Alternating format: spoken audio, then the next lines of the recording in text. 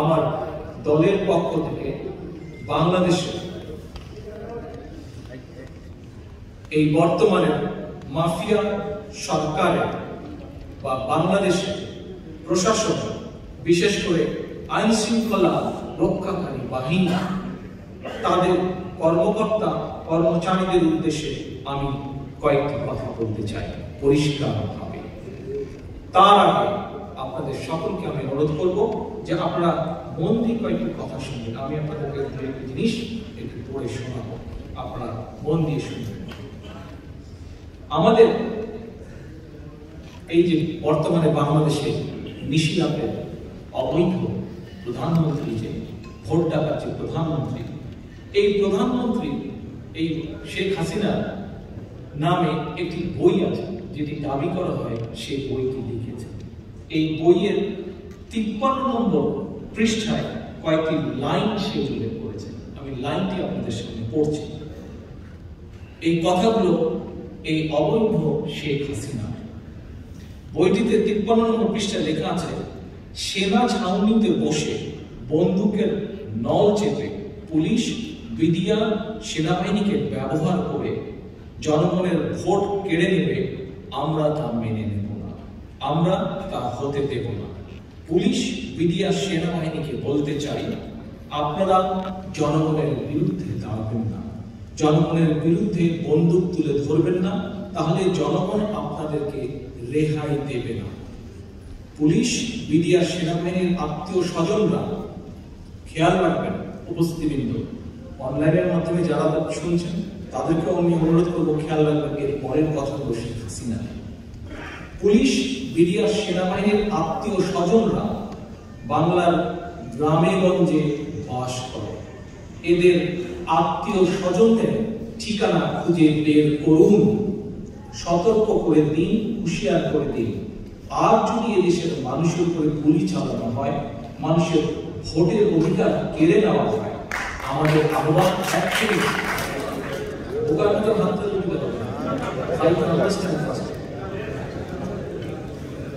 আর যদি এদেশের মানুষের উপরে গুলি চালানো হয়, মানুষের ভোটের অধিকার কেড়ে নেওয়া হয়, আমাদের আহ্বান প্রতিশোধ নেবেন, লাশের পরিবর্তনের লাশ চাই। শেখ হাসিনার কথা।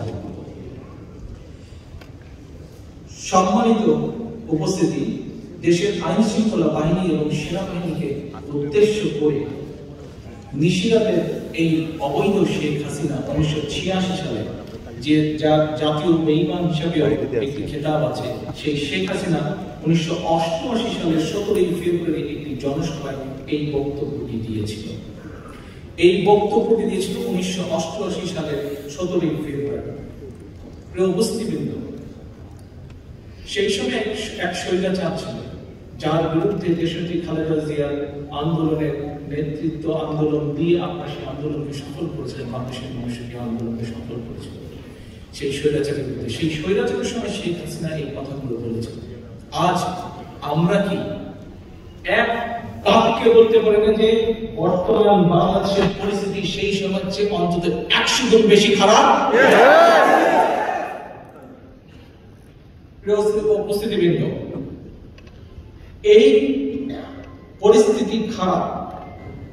আমাদের শত শত নেতাকর্মীকে গুম করা হয়েছে, আমাদের শত শত নেতাকর্মীকে খুন করা হয়েছে, আমাদের লক্ষ লক্ষ 40 লক্ষ নেতাকর্মীর নামে মিথ্যে মামলা দেওয়া হয়েছে। কিন্তু আমরা বিশ্বাস করি যে আমাদের নেতাকর্মীরা শেখ হাসিনা যেই কথাগুলো, আমি তোকে পড়েছিলাম, শেখ হাসিনা যেই কথাগুলো বলেছে, তারপরে এত অত্যাচার নির্যাতনের পরেও আমাদের নেতাকর্মীরা এইটাতে বিশ্বাস করে না। সঠিক? কারণ আমরা আমাদের দেশকে ভালোবাসি। সেজন্যই আমরা শেখ হাসিনা যে কথাগুলো বলেছিল প্রশাসনের উদ্দেশ্যে, আমরা সেটি বিশ্বাস করি না।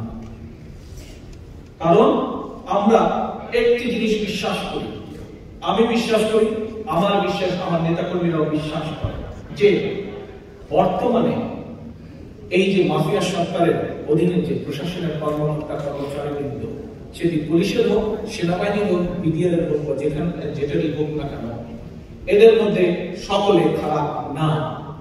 কিছু কিছু লোক আছে যারা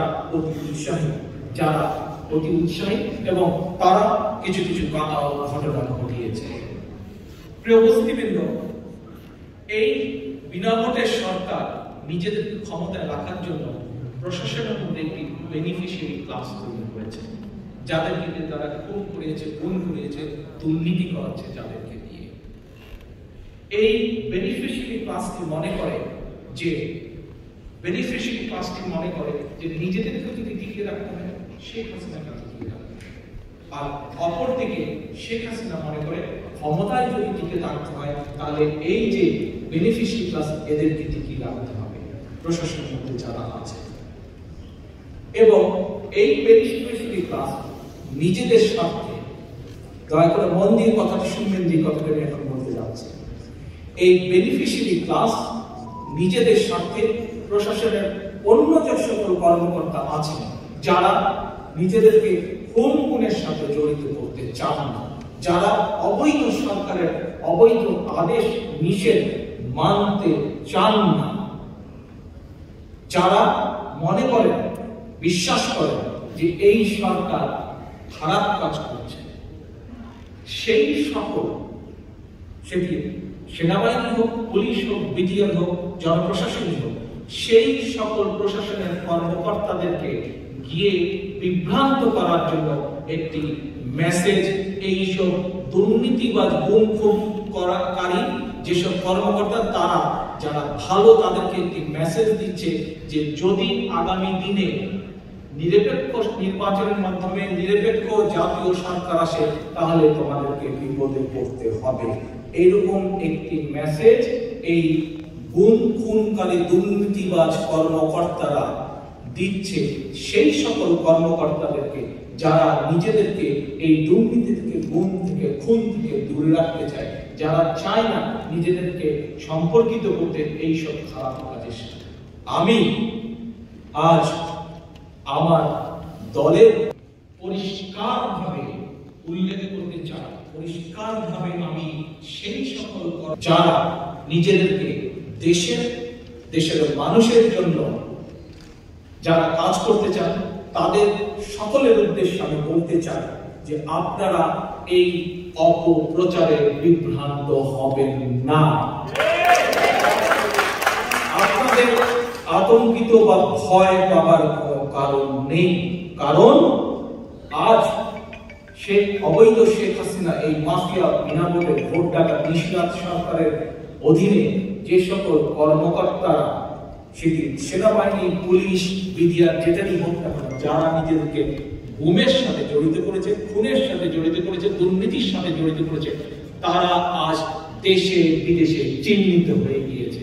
কাজেই যারা চিহ্নিত হয়ে গিয়েছে আইনের চোখে, তাদেরকে অবশ্যই আইন হিসাবে তাদের বিচার হবে। কিন্তু যারা নিজেদেরকে দূরে রেখেছেন তাদেরকে আহ্বান করেছি আমি, আপনারা আতঙ্কিত হবেন না। আপনাদেরকে একই সাথে আমি আহ্বান করব যে আগামী দিনে সেই সকল কর্মকর্তাদেরকে আমি আবারও আরেকটি আহ্বান করব যে আপনারা সরকারের যে আইন আছে, নিয়ম আছে, সেটি আপনাদেরকে অবৈধ আদেশ মানতে বাধ্য করে না। কাজেই আপনাদের যে সকল সহকর্মী আপনাদেরকে উস্কে দিতে চায়, দয়া করে তাদের আহ্বানে আপনারা সাড়া দেবেন না। প্রিয় উপস্থিতিবৃন্দ, আমার দলের প্রিয় ভাই ও বোনেরা, প্রিয় নেতৃবৃন্দ, কর্মী ভাইরা, পরিশেষে